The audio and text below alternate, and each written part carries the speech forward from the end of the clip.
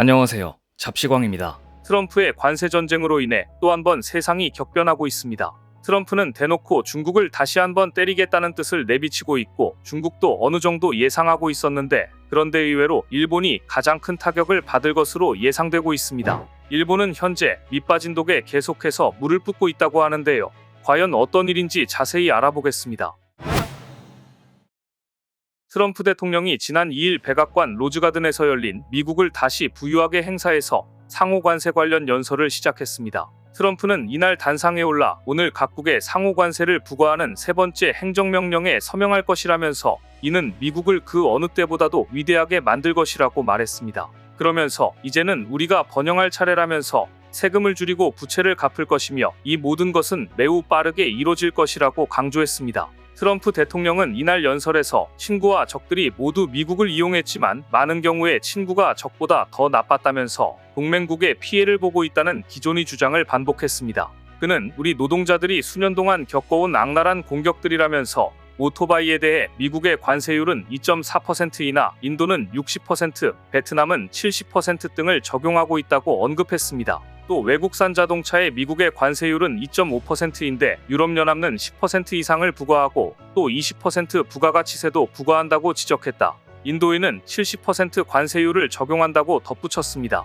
그러면서 트럼프 대통령은 아마도 가장 최악인 것은 일본 등 다른 많은 나라들이 부과하는 비금전적인 장벽이라면서 한국에서 팔리는 자동차의 81%는 한국에서 생산되고 일본에서는 94%가 일본에서 생산된다고 주장했습니다. 특히 그는 토요타는 미국에 100만 대의 해외 생산 자동차를 파는데 제너럴 모터스나 포드는 거의 판매하지 않고 있다고 했습니다. 그나마 한국은 이미 자동차 시장을 미국에 열어놓고 있으며 미국 투자를 추가할 예정이라 어느 정도 피해가 줄어들 예정인데요.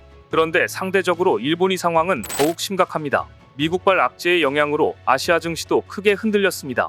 특히 일본 증시는 최대 폭의 하락률을 기록하며 충격에 빠졌습니다. 일본 니케이 지수는 종가 기준으로 지난해 9월 이후 약 7개월 만에 36,000 밑으로 떨어졌습니다. 시장에서는 니케이 지수 급락의 1차 요인으로 미국 경기 우려에 대한 공포감을 꼽는 분위기입니다. 미국이 이달부터 수입차의 25%의 추가 관세를 부과할 경우 일본이 최대 13조엔 하나로 약 126조 원의 경제적 타격을 입을 것으로 분석했습니다. 이는 일본 명목 국내 총생산의 2% 남짓에 해당하는 엄청난 금액입니다. 일본은행도 울상입니다. 일본은행 우에다 총재도 트럼프 미국 대통령의 관세 부과 계획이 세계 무역에 큰 영향을 미치고 글로벌 경제 성장에 타격을 줄 수 있다고 경고했습니다.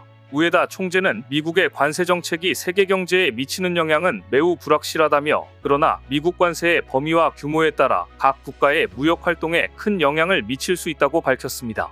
우에다 총재는 관세 인상이 단기적으로 미국 인플레이션을 밀어올릴 가능성이 높지만 장기적으로는 미국 경제 성장을 냉각시키고 물가 상승을 억제할 수 있어 그 효과가 불확실하다고 분석했습니다. 하지만 이러한 우려에도 불구하고 트럼프는 정책은 변하지 않을 것이라며 단호하게 선을 그었는데요. 세계 무역에 대한 우려는 이미 현실화되고 있습니다. 지난 3월 일본, 영국, 미국 등 세계 각국의 공장 활동이 급감한 것으로 나타났는데 이는 기업들이 미국의 새로운 관세에 대비하는 과정에서 발생한 것으로 보입니다. 시장 애널리스트들은 미국의 관세가 일본 경제에 미치는 영향이 일본은행의 금리 인상 속도에도 영향을 줄 것으로 전망하고 있습니다. 일본은 특히 7월에 다음 금리 인상이 있을 것으로 예상했는데 이조차 불확실해진 상황입니다. 그런데 이렇게 심각해지는 상황에 일본 정부는 밑빠진 독에 물을 붓고 있습니다. 일본 정부가 첨단 반도체 파운드리 기업 라피더스에 최대 8,025억엔 하나로 약 8조 원을 추가 투자하기로 결정했습니다. 자국 산업 육성을 위한 정부 지원금에 대해서도 관세를 매기겠다는 트럼프 미국 대통령의 엄포에도 아랑곳않고 반도체 지원을 밀어붙이는 모양새입니다. 정말 무모한 투자 정책으로 보이는데요. 일본 경제산업성은 이미 라피더스에 9,200억엔 약 9조 원을 지원한 상태입니다. 라피더스는 토요타, 키옥시아, 소니 등 일본을 대표하는 대기업 8곳이 반도체 국산화를 위해 2022년 설립한 회사입니다. 2027년까지 이나노 공정 반도체 양산하는 것을 목표이지만 아직 진행되는 게 거의 없습니다. 이나노 반도체 양산에 필요한 자금은 총 5조엔 약 50조 원으로 추산됩니다. 일본 정부는 올해 추가로 출자할 계획도 갖고 있는데 다 합치면 일본 정부가 지원하는 금액은 총 18조 원에 달합니다. 양산에 필요한 나머지 32조 원 이상 자금은 민간에서 끌어와야 하나 현재까지 민간 투자는 720억 원에 그칩니다. 그만큼 투자 매력이 떨어지니 외부에서 투자금이 들어오지 않는 것입니다. 라피더스의 목표만 보면 2027년이면 세계 최고 반도체 기업으로 올라서는 것인데요. 그러나 라피더스가 설립 3년밖에 되지 않은 신생기업인데다 반도체 수주, 위탁 생산 경험이 없다는 점 때문에 민간 투자 유치에 애를 먹고 있는 것으로 전해졌습니다. 파운드리 시장은 사실상 대만 TSMC 독주 체제로 시장 지분을 차지하는 데 어려움이 따를 수 있습니다. 사실상 나머지 70%에 달하는 투자금을 마련하기 힘들다는 이야기입니다. 그럼에도 일본 정부는 2030년까지 반도체와 AI 사업에 총 10조엔 약 100조 원가량을 지원하겠다고 밝혔습니다. 특히 라피더스를 포함한 반도체 업계에 4조엔을 지원하겠다고 했습니다. 민간에서 투자를 받을 수 없으니 정부 돈으로 메꾸겠다는 것입니다. 무토요지 경제산업상은 지난달 7일 이 같은 계획을 밝히며 앞으로는 무엇이든 반도체가 없으면 움직이지 않는 세상이 된다며 반도체를 자체 생산해 세계에 공헌할지 반도체를 구하지 못해 생존에 실패할지 갈림길에 서 있다고 했습니다. 말은 저렇게 했지만 반도체를 구하지 못해 실패하는 길로 점점 다가가고 있는데요. 반도체 업계에서는 인텔과 라피더스가 파운드리 사업에서 어려움을 겪으면서 결국 실패로 이어질 가능성이 크다고 보고 있습니다. 현재 자금 기준으로는 2나노는커녕 7나노조차 하기 힘들다는 의견도 나옵니다. 중국보다 떨어지는 기술력인데요. 사실상 반도체는 돈만 투자한다고 해서 되는 분야가 아니기 때문입니다. 중국만 봐도 어느 정도 답이 나오는데요. 일본 정부의 돈이 녹고 있다는 의미가 딱 들어맞습니다. 게다가 최신 기술을 따라가야 하는 반도체 산업에 맞지 않게 라피더스의 경영진은 모두 70대입니다. 그래서 업계가 빠르게 변화하는 반도체 산업 트렌드 및 기술 경쟁에서 뒤처진 상황에서 설계 난이도가 급격히 올라간 초미세 공정 개발 양산 과정에서 한계에 부딪힐 것이란 지적도 나옵니다. 일본 매체에서도 라피더스에 대해 부정적인 기사를 쏟아내고 있습니다.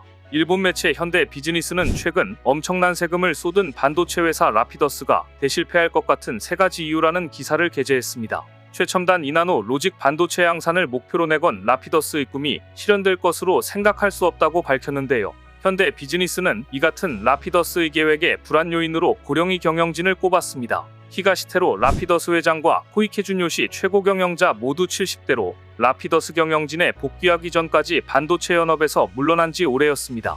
매체는 기술력 신이 빠른 반도체 업계에서 70대 콤비가 최첨단 반도체를 양산해 세계 1위로 올라선다는 야심찬 프로젝트를 이끌긴 무리가 있다고 언급했습니다. 이 매체가 지적한 라피더스의 또 다른 리스크는 초미세 공정 기술력 부재입니다. 현재 파운드리 업계 최선단 공정인 3나노를 양산하고 있는 곳은 업계 1위인 대만 TSMC와 삼성전자 단 2곳에 불과합니다. TSMC와 삼성전자 모두 2025년 중 2나노 양산을 시작합니다. 반도체 양산을 위해선 안정적 수율 관리 등이 필수인데 공정이 미세화될수록 기술 난이도가 급격히 올라갑니다.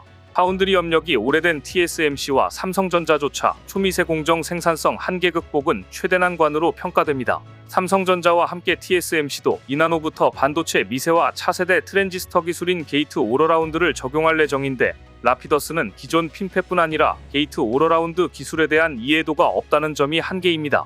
특히 최근 TSMC의 독주로 인해 삼성전자 파운드리도 힘든 상황에 아무것도 해보지 않은 일본 신생기업이 2나노를 한다는 것은 말이 안 되는 것입니다. 매체는 일본 반도체에 세금을 쏟아붓는 것에 대해 경제안보라는 이름 아래 반도체 산업이 정관계의 이권이 되고 있기 때문이라고 꼬집었습니다. 일본이 이렇게 세금을 허공에 날리는 가운데 일본 민간연구소 전망까지 주목받고 있습니다. 50년 뒤엔 전 세계 1인당 GDP 기준 일본이 45위가 될 것이라는 일본 연구소의 전망이 나왔습니다. 일본 특유의 아날로그 문화, 경직된 노동시장을 해결하지 않으면 선진국에서 중위권 국가로 추락할 거라는 일종의 자아 비판까지 나온 것입니다. 연구소는 일본이 2075년에는 세계 중위권 국가로 후퇴할 것이라면서 일본경제연구센터가 인공지능 등 디지털 기술 활용과 고용 관행 개혁 필요성을 제기했다고 했습니다. 특히 미국과 중국은 AI로 정보 서비스와 금융, 보험 분야를 중심으로 생산성이 향상되나 일본은 이러한 산업 기반이 약해 AI에 의한 생산성 향상 효과가 미미할 것으로 예측했습니다. 트럼프의 관세 정책으로 전 세계가 흔들리고 있는 가운데 일본의 헛발질은 더욱 심해지고 있습니다. 오늘 준비한 소식은 여기까지입니다. 댓글을 통한 여러분들의 많은 의견 기다리겠습니다. 시청해주셔서 감사합니다.